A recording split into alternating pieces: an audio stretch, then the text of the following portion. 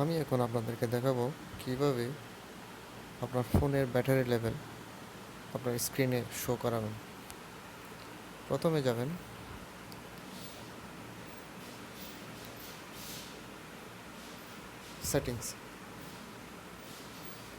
Settings থেকে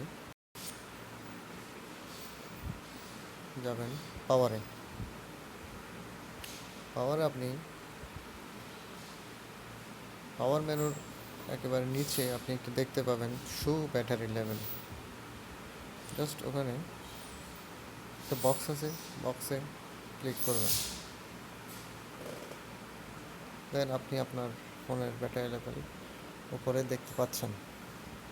আপনি যদি দেখতে না চান তাহলে টিকমার্কটি উঠিয়ে দিন, কারণ ব্যাটারি লেভেল আর শো করবে না। ধন্যবাদ ভিডিওটি দেখার জন্য।